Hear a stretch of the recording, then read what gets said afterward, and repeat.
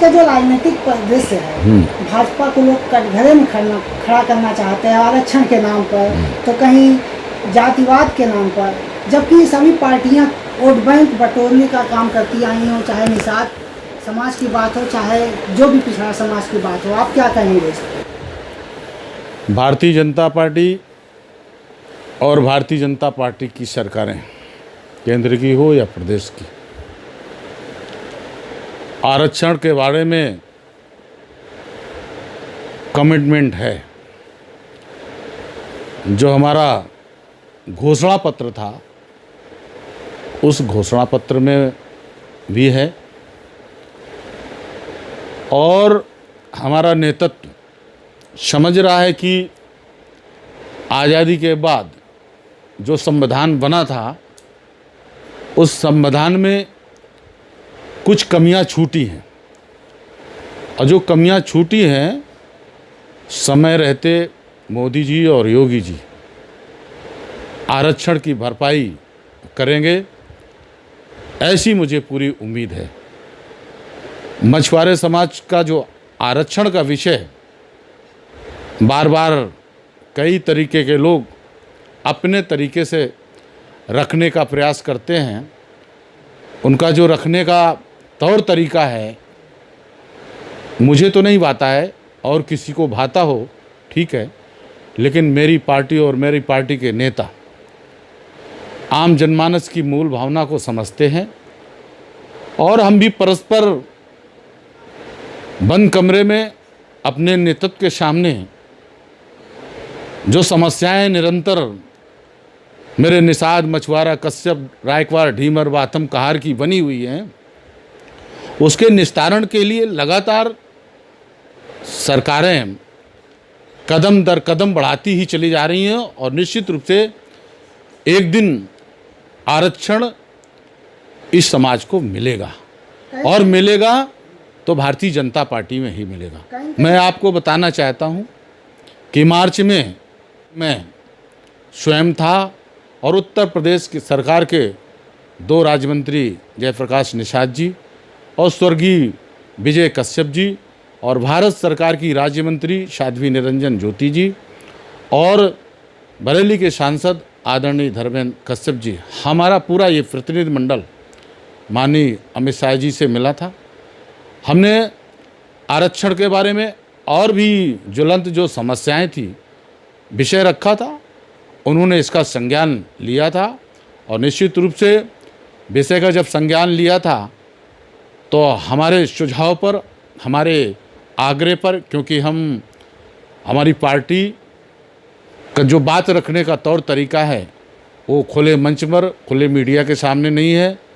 हम अपने नेतृत्व को निश्चित रूप से सुझाव प्रेषित करते हैं, हमारा नेतृत्व हमारे सुझाव को स्वीकारता है, और हमारे नेतृत्व ने, मुझे विश्वास है कि माननीय अमित शाह जी ने और माननीय नड्डा जी ने, माननीय मोदी जी ने, माननीय राजनाथ सिंह जी ने, माननीय योगी जी ने हमारे सुझाव को स्वीकारा है, और समय रहते आरक्षण हम सबको मिलेगा, ऐसी पूरी उम्मीद है।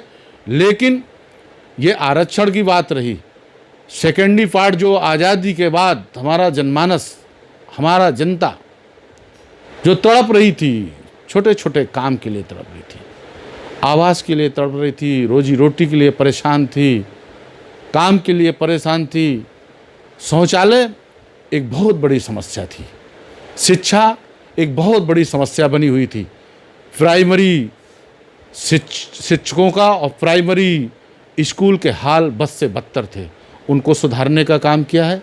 गांव मजरे पूर्व में बिजली नहीं थी, 18 से 22 घंटे बिजली हमारी सरकारों ने पहुंचाई है। जहां उन पिछड़ी बस्तियों में, उन नदी के मजरों में बिजली नहीं पहुंची थी, वहां खंभा पहुंचकर, तार पहुंचकर, ट्रांसफार्मर लगा है और बिजली पहुंची है। वहां बिजली के माध्यम से रोजी रोजगार बढ़ा है, खेती बढ़ी है। जब खेती को पर्याप्त बिजली होगी तो सिंचाई का संसाधन अपने आप चलेगा, और पानी खेत को टाइम से पहुंचेगा, उत्पादन बढ़ेगा। कहीं कहीं समाज को ये लगता है कि शीर्ष नेतृत्व नहीं मिल रहा है। आप भी राज्य मंत्री स्तर पर हैं, कई लोग को अभी नए, किसी को राज्य मंत्री बनाया, किसी को एमएलसी बनाया, तो क्या लगता है समाज को शीर्ष नेतृत्व में पहुंचने में वक्त लगेगा या भाजपा की क्या प्लानिंग है आगे? भारतीय जनता पार्टी में जो भी विचारधारा के आधार पर, सिद्धांतों के आधार पर और समरसता के आधार पर यात्रा करता है तो पार्टी के नेतृत्व की उस कार्यकर्ता पे नज़र होती है। देर है अंधेर नहीं है। हमारा नेतृत्व पार्टी के कैडर व कार्यकर्ता को पहचानता है, जानता है, सम्मान देता है। और मैं कह सकता हूँ कि जो भी मुख्य धारा पर रहकर पार्टी के साथ खड़े हुए हैं और काम किया है उनको अवसर मिला है, और बाकी जो लोगों को नहीं मिला है उनको भी अवसर मिलता जा रहा है। कार्यकर्ताओं के प्रति पार्टी का बड़ा अच्छा रुख रहता है, पार्टी में प्रॉपर सम्मान मिलता है। और निश्चित रूप से हम जब भारतीय संस्कृति से और भारतीय दर्शन से और हिंदुत्व और धर्म से जब जुड़े हैं, उसको आत्मसात करके चलने वाला हमारा समाज है, तो इस समाज को अग्रणी पंक्ति पर भारतीय जनता पार्टी गले से लगाकर चलती है। और इसके दुख दर्द में भी पार्टी खड़ी होती है। इस बार लगता है भाजपा के साथ निषाद समुदाय पूरा एकजुट हो रहा है, ऐसा लगता है? इस बार नहीं, मैं कह सकता हूं जब से मोदी जी का नेतृत्व देश में और प्रदेश में, और जब से माननीय अमित शाह जी का, राजनाथ सिंह जी का और जेपी नड्डा जी का और योगी आदित्यनाथ जी का नेतृत्व प्रदेश में और देश में मिला है, जब से मैं कह सकता हूं कि क्षेत्रीय दलों की उपयोगिता खत्म हुई है। 2014 में भी और 2017 में भी, 2019 में भी हमारी विजय का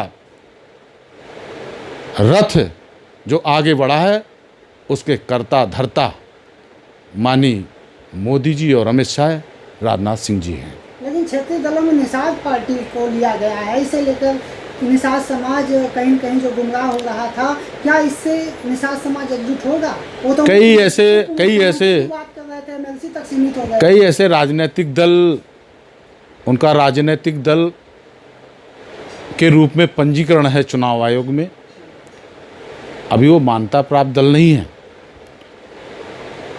वो अपनी गतिविधियां राजनीतिक क्षेत्र में करते हैं और हम मानते हैं कि राजनीतिक दल बनाया है तो परिश्रम करते हैं। अब उनका परिश्रम किस दिशा में होता है, कैसा होता है, उनका कॉन्सेप्ट क्या है, उनके आचार विचार सिद्धांत कैसे हैं, वो अपनी जगह है।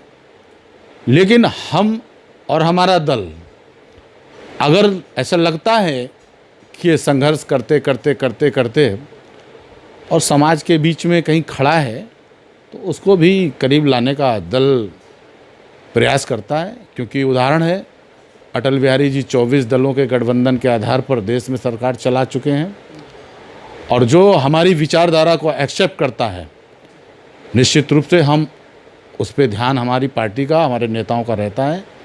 जो भी हमारी विचारधारा को स्वीकारेगा वो हमारे साथ होगा, हम उसके साथ होंगे, हम उसका साथ देंगे और हम उसका साथ लेंगे। कोई भी दल हो, क्षेत्रीय दल हो, मान्यता मिली हो या ना मिली हो, पंजीकृत दल होगा, उसकी भी उपयोगिता हम समझते हैं। इस नाते हमें अपने परिवार को बढ़ाना है और परिवार को बढ़ा करके खड़ा होना है। और उदाहरण के तौर पर मैं कह सकता हूँ, कुछ लोग आते हैं केवल परिवार को जो है आगे करते हैं और अपना विकास चाहते हैं, राजनीतिक पार्टियां बना के। ऐसे उत्तर प्रदेश में उदाहरण स्वरूप दो बड़े दल हैं, एक समाजवादी, एक बसपा, परिवारवाद। ये दोनों परिवारवाद है और आर्थिक रूप से अपने आप को मजबूत करने के लिए अपना दल इन्होंने चलाया। निश्चित रूप से ये जनता को गुमराह करके सत्ता में तो आए, सत्ता में आकर इन्होंने स्वयं मलाई खाई और इनके कार्यकर्ताओं ने भी मलाई खाई, और जनता बेचारी देखती रह गई। जनता को बिजली चाहिए था, जनता को पानी चाहिए था, जनता भूखी न रहे उसको अन्न चाहिए था, खेत के लिए पानी चाहिए था, ये संभव नहीं करा पाए। प्रदेश में सिंचाई के संसाधन बढ़ाने चाहिए था, प्रदेश में बिजली रोड ठीक होने चाहिए था, ये सब इन्होंने किया नहीं और निश्चित रूप से जनता को इन्होंने ठगने का काम किया है।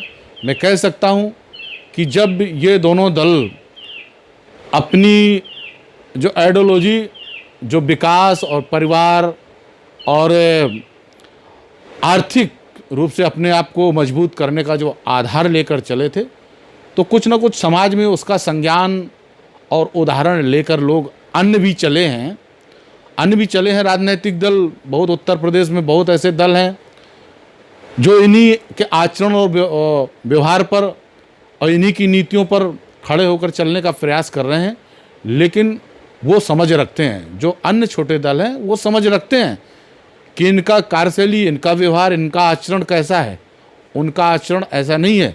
उनका आचरण, मैं कह सकता हूँ कि जो छोटे दल हैं उनका आचरण जातवादी ऐसा नहीं है, उनका आचरण सेवा का है, उनका समर्पण सेवा का है।